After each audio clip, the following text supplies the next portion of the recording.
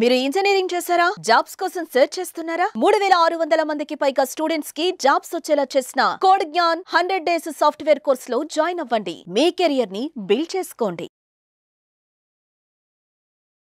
నమస్కారం డాక్టర్ శ్రీ అనంతకృష్ణ స్వామి గారు. నమస్కారం అండి. సార్, చాలా మంది క్లాసెస్ ఎప్పుడెప్పుడు ఎక్కడెక్కడ ఉండే అవకాశం ఉంటుందని చెప్పేసి అడుగుతున్నారు. సో ఫస్ట్ అది అనుకున్న తర్వాత కంటెంట్లోకి వెళ్దామండి. క్లాసెస్ ఎప్పుడెప్పుడు ఎక్కడెక్కడ ఉండే అవకాశం ఉంటుంది? మనకి 2025 అండి.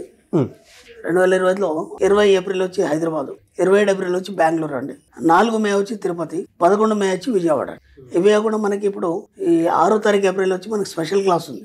ఇది ఎందుకు చెప్తున్నానంటే, స్పెషల్ క్లాస్ అటెండ్ చేయగలిగితే మీరు మనకి 20, 21, 22 మే గోవా సెషన్ క్లాస్ 3 రోజుల క్లాస్ ఉంది. గోవా క్లాస్. ఈ స్పెషల్ క్లాస్ 6 ఏప్రిల్ కనుక మీరు అటెండ్ చేయగలిగితే మీరు సెషన్ క్లాస్కి అటెండ్ చేయడానికి మీరు అర్హులు అవుతారు. ఎందుకంటే లాస్ట్ టైం కూడా మనం గోవాలో ఎక్సలెంట్ క్లాస్ చెప్పుకున్నాం. ఆ సెషన్ క్లాస్ అనేది అద్భుతమైన క్లాస్. అది ఏంటంటే జీవితంలో మీరు పరిపూర్ణత్వాన్ని సాధించడానికి, ఒక ఉన్నత స్థాయి సాధించడానికి ఖచ్చితంగా మీకు అది దోహదపడుతుంది. మీకే కాదు, మీ తరతరాలకి. అలా మాట కూడా చెప్పాను నేను. దానికి తగ్గట్టుగానే క్లాస్ ఉంటుంది. క్లాస్కి వచ్చిన వాళ్ళు కూడా ఫుల్లీ సాటిస్ఫైడ్. కాబట్టి మళ్ళీ ఈ ఇయర్ మనం 20, 21, 22 మేలో ఆ గోవాలో సెషన్ క్లాస్ 3 రోజులు పెడుతున్నాం. వీలైనంత తొందరగా ఎన్రోల్ చేసుకునే ప్రయత్నం చేయండి. Best of luck. నమస్కారం డాక్టర్ శ్రీ అనంతకృష్ణ స్వామి గారు. నమస్కారం. సో ఈ వీడియోలో ఏం చెప్తున్నారు? ఒక కొత్త జీవితాన్ని నూతన ఒరవడితో మొదలు పెట్టండి. ఓకేనా? అలాగే పాతవన్నీ మర్చిపోండి. ఎలా ఉంటుందంటే, ఇప్పటివరకు మనం ఏమనుకున్నామంటే, ఏది మనం చేద్దాం అనుకున్నా సరే మన గతకాలపు జీవితాల్ని ముడేసుకొని, ఆ యొక్క అనుభవాల్ని ముడేసుకొని మన జీవితాన్ని ముందుకు కొనసాగిస్తాం. కానీ ఇప్పటివరకు చేసింది అదే కాబట్టి ఒక్కసారి వాటన్నిటి మర్చిపోయి కొత్తగా జీవితాన్ని మొదలు పెడితే అది ఎలా ఉంటుంది, అది డబ్బు సంపద ఐశ్వర్యంతో కూడి ఉంటే ఎలా ఉంటుంది అనే దాని మీద మనం ఫోకస్ చేసినప్పుడు అది పనిచేయడం అనేది మొదలవుతుంది. లేకపోతే ఏమవుతుందంటే, ఇదే జీవితం ఇలాగే కొనసాగుతుంది. మన సబ్జెక్ట్కి వచ్చేసరికి ఏంటంటే, మనం డబ్బు సంపద ఐశ్వర్యం అనుకున్నాం కాబట్టి మన సబ్జెక్టులో అది మాత్రమే ఉంటుంది, ఇంకా వేరే ఏమి ఉండదు. దానికి సంబంధించి ఏం చెప్తున్నానంటే, ముందు ఒక నిర్ణయానికి రండి. మీరు ఏం నిర్ణయం? ఇక నుంచి నేను నా జీవితాన్ని కొత్తగా తీర్చిదిద్దాల్చుకున్నాను అన్నప్పుడు ఏమవుతుందంటే, ఇప్పటివరకు మీ పాత అని మర్చిపోవాలని చెప్తున్నాడు. మన సబ్జెక్టులో ఎలా ఉంటుందంటే, నేనే జరిగింది కూడా మర్చిపోవాలి మనం. అలా మర్చిపోయినప్పుడే మనం కొత్తగా మనం ఆలోచించడం మొదలవుతుంది. ఎందుకంటే నిన్న జరిగిందంతా నీకు సంబంధం లేదు, అయిపోయింది. ఇంకోసారి అలాగే జరగదు. ఏదైనా కానీ రాబోయేదేందో నీకు తెలియదు. కాబట్టి ఎప్పుడైనా మన సబ్జెక్ట్లో ప్రజెంట్లో జీవిస్తాం. ఇప్పుడు ఇలా మాట్లాడుతున్నాం, ఇది కరెక్ట్, ఇది నిజమైంది. దీని తర్వాత నేను ఎటు వెళ్తానో, మీరు ఎటు వెళ్తారో, మీకు ఏ షెడ్యూల్ ఉందో మీకు తెలియదు. అర్థమైంది? ఎందుకంటే మీ షెడ్యూల్ అంతా వేరే వాళ్ళు డిసైడ్ చేస్తారు. నా షెడ్యూల్ కూడా వేరే వాళ్ళు డిసైడ్ చేస్తారు. కాబట్టి గతం కానీ లేదంటే భవిష్యత్తు కానీ దీంతో సంబంధం లేదు మనకి. ఇప్పుడు ఒకవేళ కనుక కొత్త నూతన వరవడితో మీరు జీవితాన్ని మొదలు పెట్టాలనుకున్నప్పుడు అది ఎలా ఉండాలి? ఒక డిజైన్ ఇవ్వండి. దానికి ఎలాంటి డిజైన్ ఇవ్వాలి? మనం డబ్బు సంపద ఐశ్వర్యం అనుకున్నాం. ఇప్పుడు డబ్బు సంపద ఐశ్వర్యం అని అనుకున్నప్పుడు మనం చాలా వదిలిపెట్టాల్సి ఉంటుంది. ఇప్పుడు మన సబ్జెక్ట్లో ఏముంటుందంటే, ముఖ్యంగా ఒకటి కావాలనుకున్నప్పుడు వదిలిపెట్టాలి. వదిలిపెడితే కానీ మనం కొత్తదాన్ని మనం సాధించలేము. ఎందుకంటే పాత నీరు పోతే కానీ కొత్త నీరు రాదు. అవునా కదా? లేకపోతే అది మురిగిపోతుంది. ఇప్పటిదాకా మన జీవితాలు అలాగే అయిపోయినాయి. ఎక్కడ కూడా ఫ్రెష్గా లేవు. ఆందోళనతోని, లేకపోతే అప్పులతోని, లేదంటే ఆర్థిక ఇబ్బందులతోని, ఏదో రకంగా మీరు ఏదైనా ఒకదానితో మీరు సఫర్ అవుతుంది. కాబట్టి దాన్ని మొత్తాన్ని తీసేయాలన్నప్పుడు ఖచ్చితంగా మీరు ఒక నిర్ణయం తీసుకోవాలి. నిర్ణయం తీసుకొని ఆ నిర్ణయాన్ని ముందు ఒక ప్రణాళిక వేసుకొని అమలు చేయాలి. ఊరికే ఇట్లా నిర్ణయం తీసుకుంటే కాదు. అది ఎలా చేయాలి, ఎందుకు చేయాలి, అది మీకు ఎంతవరకు అవసరం. ఓకేనా? ఇప్పుడు ఫస్ట్ మనం పాయింట్ ఏం చెప్పినామంటే, పాతయాన్ని మర్చిపోవాలన్నా. అవును. పాతయాన్ని మర్చిపోవాలన్నప్పుడు మీ గత జీవిత అనుభవాలు ఏమున్నా సరే వాటితో నువ్వు ఎందుకు మర్చిపోవాలంటే, వాటితో నువ్వు ఇంతవరకు ఏమీ సాధించలేదు. ఒక సామాన్యమైన జీవితం గడుపుతున్నావు. కొత్తగా నువ్వు జీవితాన్ని ఉద్ధరించింది లేదు, కొత్తగా ఉన్నతంగా నువ్వు జీవించింది లేదు. కాబట్టి వాటిని మర్చిపోవాలి. లేకపోతే ఏమవుతుందంటే, ఈ కొత్త జీవితంలో అవి తగులుకుంటే వీటిని డిస్టర్బ్ చేస్తాయి మళ్ళీ. అవును. అందుకని అవి మర్చిపోవాలని చెప్తున్నారు. అర్థమైందా? సబ్జెక్టులు ఏంటంటే పాత వాటిని అన్నీ మర్చిపోవాలి. ఎక్కడ కూడా దీంట్లో రానివ్వద్దు. దీంట్లో ఏమేమి ఉంటాయి మనకి? జాలి, కరుణ, దయ, ప్రేమ, ఇవన్నీ ఉంటాయి మనకి. మన సబ్జెక్టులో అవి లేవు.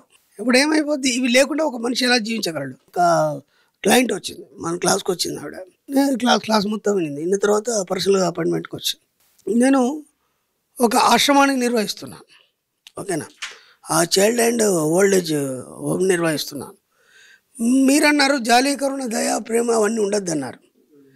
అవన్నీ ఉంటే నేను వాళ్ళని చక్కగా చూసుకోగలుగుతాను. ఇప్పుడు మీరు ఉండొద్దు అన్నారు. ఇప్పుడు నేను ఇటు ఉండాలన్నా అటు ఉండాలన్నా అన్నట్టు. ఎందుకంటే ఆ జాలీకరణ దయ ఉంది కాబట్టి అవి పెట్టుకుందామే. ఓకేనా? కానీ ఇక్కడ విచిత్రం ఏంటంటే, చిన్న ఎగ్జాంపుల్ చెప్తాను. ఇప్పుడు ఇంజెక్షన్ ఇస్తే నొప్పి అవుతుంది అని నీకు జాలీకరణ దయ్యింది అనుకో, నువ్వు ఇంజక్షన్ ఇవ్వలేవు. అవును, అర్థమైందా? ఇంజక్షన్ ఇవ్వాలంటే నీకు అవన్నీ ఉండొద్దు. అక్కడ నీ బాధ్యత మాత్రం వహించాలి. ఇప్పుడు మీ ఆశ్రమంలో ఎందరో వృద్ధులు ఉన్నారు, వాళ్ళకి మెడిసిన్స్ ఇవ్వాలి, ఇంజక్షన్స్ ఇవ్వాలి, అన్నీ చేయాలి కదా. చేయలేనప్పుడు నువ్వు ఎలా చేయాలి? వాళ్ళు తట్టుకోలేరు. తట్టుకోకుండా నువ్వు ఇంజక్షన్ చేయాలి. ఇప్పుడు నువ్వు జాలీకరణ దయ అంటే నువ్వు ఇంజక్షన్ చేయలేవు కదా. కాబట్టి బాధ్యత వహించాలి. నేను చెప్పేది అదే, బాధ్యత వహించాలి. ఇప్పుడు నీ జీవితంలో కూడా నీ జాలి కరుణ దయాన్ని పక్కన పెట్టేసి మనం బాధ్యత వహించినప్పుడు కదా నువ్వు అనుకున్నది నువ్వు సాధించగలుగుతావు. ఏ కొద్దిగా దాంట్లో జాలి కరుణ దయ ప్రేమ కానీ కొద్దిగా మిక్స్ అయిపోయింది అనుకోండి, మళ్ళీ వెనక్కి వెళ్ళిపోతాం మనం. అందుకే పాతవన్నీ మర్చిపోమంటున్నాం. పాతవి ఇవన్నీ మనకి ఎలా నాటుకుపోయామంటే మన సబ్కాన్షియస్ మైండ్లో పాయింట్ టు పాయింట్ నాటుకుపోయినాయి. ఏ చిన్నది కూడా ప్రతిదానికి కూడా మనం ఇంటి గురించి కానీ, పిల్లల గురించి కానీ, భార్య గురించి కానీ, బంధువుల గురించి కానీ ఇవన్నీ ఆలోచిస్తున్నాం. ఇక్కడ మనం ఇవన్నీ వదులుకోవాలన్నప్పుడు ఏంటంటే ఈ సమస్యలు ఏవైతున్నాయో, ఇప్పుడు ఒక ఫ్రెండ్ వచ్చాడు, నీకు ఏదో సమస్య అయిపోయాడు, దాంతో నీకు సంబంధం లేదు, నువ్వు వింటే వాడు చెప్తాడు, నువ్వు వినలేదనుకొని మళ్ళీ చెప్తాడు వాడు, వినలేదు మళ్ళీ చెప్పాడు. కాబట్టి నువ్వు వింటేని చెప్తాడు వాడు. కాబట్టి నువ్వు వినడం ఆపేసావు అనుకున్నా అవి చెప్పాడు. అది చెప్పడం వల్ల వినడం వల్ల ఏమవుతుందంటే నువ్వు అనుకున్న లక్ష్యానికి అది అడ్డుపడుతుంది. అర్థమవుతుందా లేదా? కాబట్టి మీ ఫ్రెండ్ కావచ్చు, మీ బంధువులు కావచ్చు, ఎవరైనా కావచ్చు, వాళ్ళ సమస్యలు మీ సమస్యలుగా భావించకండి. ఎందుకంటే ఎవరి సమస్యలు వాళ్ళవే. వాళ్ళకు ఒక బాధ కలుగుతుంది, ఒక దెబ్బ కాలికి దెబ్బ తగిలింది, ఆ పెయిన్ వాళ్ళే భరించాలి తప్ప నువ్వు భరించలేవు కదా. అవును, సానుభూతి మాత్రం చూపగలుగుతావు. ఆ సానుభూతి కూడా అక్కర్లేదు మనకి. ఎందుకంటే సానుభూతి జాలిలో ఏటివాడు ఎదగడు, లేదా వాళ్ళు మనం ఇది చూస్తే మనం ఎదగం. నేను ఇంతకుముందు కూడా చెప్పాను, సానుభూతి జాలి మనల్ని నిర్వీర్యుల్ని చేస్తుంది, మనం ముందుకు ఎదగకుండా. కాబట్టి అది కూడా వద్దు మన సబ్జెక్ట్లో అని చెప్పాను నేను. కాబట్టి అవి ఉన్నప్పుడు ఏమవుతుందంటే ఎయిటి వాళ్ళ మీద డిపెండ్ అవ్వడం అనేది మొదలవుతాం. అవి లేవనుకోండి, నీకు నువ్వు ఆలోచించుకోవడం మొదలు. ఇప్పుడు మీరు ఒక పేషెంట్ ఉన్నారండి, మీరు ఒక రూమ్లో ఉన్నారు, ఓకేనా, మీకు అందరు సేవ చేసే వాళ్ళు ఉన్నారు, ఓకేనా, ఏదో పని మీద అందరూ బయట పోయినారు, మీకు నీళ్ళు అవసరం ఉన్నాయి, నీళ్ళు అవసరం ఉంటే పిలిస్తే వాళ్ళు ఎవరో తెచ్చిస్తారు, మీకు అందుబాటులో లేరు, మీకు విపరీతం దాహం వేస్తుంది, వాళ్ళు వచ్చేదాకా మీరు వెయిట్ చేయలేరు, ఏదో మెల్లిగా వెళ్ళి తీసుకొని తాగుతారా లేదా మీరు? అవును, అవునా కదా. ఇప్పుడు ఏమైపోయింది, మీరు చేయగలరు, మీరు అన్నీ చేయగలరు, తప్పని పరిస్థితిలో మీకు అందరు చేసేవాళ్ళు ఉన్నారు కాబట్టి మీరు ఆగిపోయినారు. అర్థమైందా? ఆ సానుభూతి జాలి ఏం చేస్తుంది అంటే మిమ్మల్ని నిర్వీర్యం చేసి కూర్చోబెడుతుంది. ఇప్పుడు ఎవరి మీద మీరు డిపెండ్ కాలేదు, అప్పుడు మీకు మీరు అన్నీ చేసుకోగలుగుతారు, మ్యాక్సిమం చేసుకోగలుగుతారు. అంటే నువ్వు కదలలేని పరిస్థితిలో ఉన్నప్పుడు ఎలాగో నువ్వు హాస్పిటల్లో ఉంటే అక్కడ నర్సులు ఉంటారు. కానీ ఇట్లాంటి సిచ్యువేషన్లో మాత్రం మనం ఏం చేస్తామంటే అందరి మీద డిపెండ్ అవుతాం.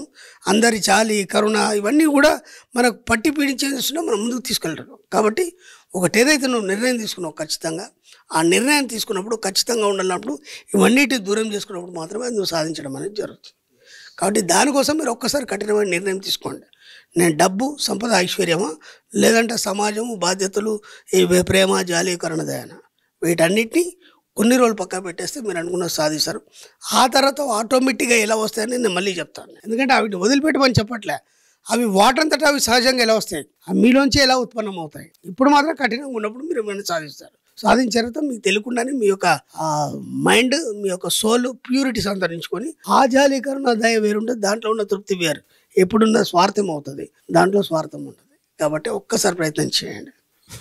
ధర్మం గురించి మనం మాట్లాడుకునేటప్పుడు పలానా తప్పు అని అంటే దాని వెనక ఒక పెద్ద కారణం ఉంటే తప్ప పెద్దవాళ్ళు ఇది తప్పు అని చెప్పేసి చెప్పలేదు. మీరు అప్పుడప్పుడు అంటుంటారు, నేనేం చెప్పలేదండి, ఇది ఋషుల ఎంగిలి, నేను చెప్పేటువంటి నాలెడ్జ్ అంతా అని చెప్పి మీరు చెప్తుంటే నాకు ఆ విషయాలు గుర్తొస్తున్నాయి అనమాట. అంటే మీరు దాని మీద ఎందుకు ఫోకస్ చేయకూడదు, దీని మీద ఎందుకు ఫోకస్ చేయాలి, అంటే డబ్బు, సంపద, ఐశ్వర్యం అనేటువంటి వాటి మీద నువ్వు ఎందుకు ఫోకస్ చేయాలి, జాలి, దయా, కరుణ అనేటువంటి దాని మీద, సానుభూతి మీద ఎందుకు చేయకూడదు అని అంటే దాని వెనక ఇలాంటి సైంటిఫిక్ రీజన్స్ కొన్ని ఉంటాయని చెప్పేసి మీరు చెప్పేంత వరకు చాలా డీటెయిలింగ్ నాలెడ్జ్ అని. అంటే ఇప్పుడు మనం అనుకుంటాం కదా, అది ఎందుకు ఉండద్దు జాలి, కరుణ, దయ. ఇప్పుడు ఆవిడే అడిగింది నాకు, కొన్ని వద్దు అంటే వద్దు ఇంకంతే, అయినప్పుడే కదా నువ్వు సాధిస్తావు. ఇప్పుడు ఆవిడ అడిగింది నాకు, అవి లేకుండా నేను ఆశ్రమాన్ని ఎలా నడిపించాలని. కొన్ని టైంలో ఇప్పుడు వృద్ధాశ్రమం అన్నావు, పిల్లలే అన్నారు, మందులు వేసుకోరు, ఇబ్బంది పెడతారు, అప్పుడు నువ్వు గట్టిగా ఓ మాట అనే లేకపోతే గిచ్చో గిల్లో తినిపిస్తావు, తాపిస్తావు కదా. మరి అప్పుడు ఎటుపోయింది జాలి, కరుణ, దయ? బాధ్యత, జాలి, కరుణ, దయ కంటే నువ్వు బాధ్యత వహించావా లేదా?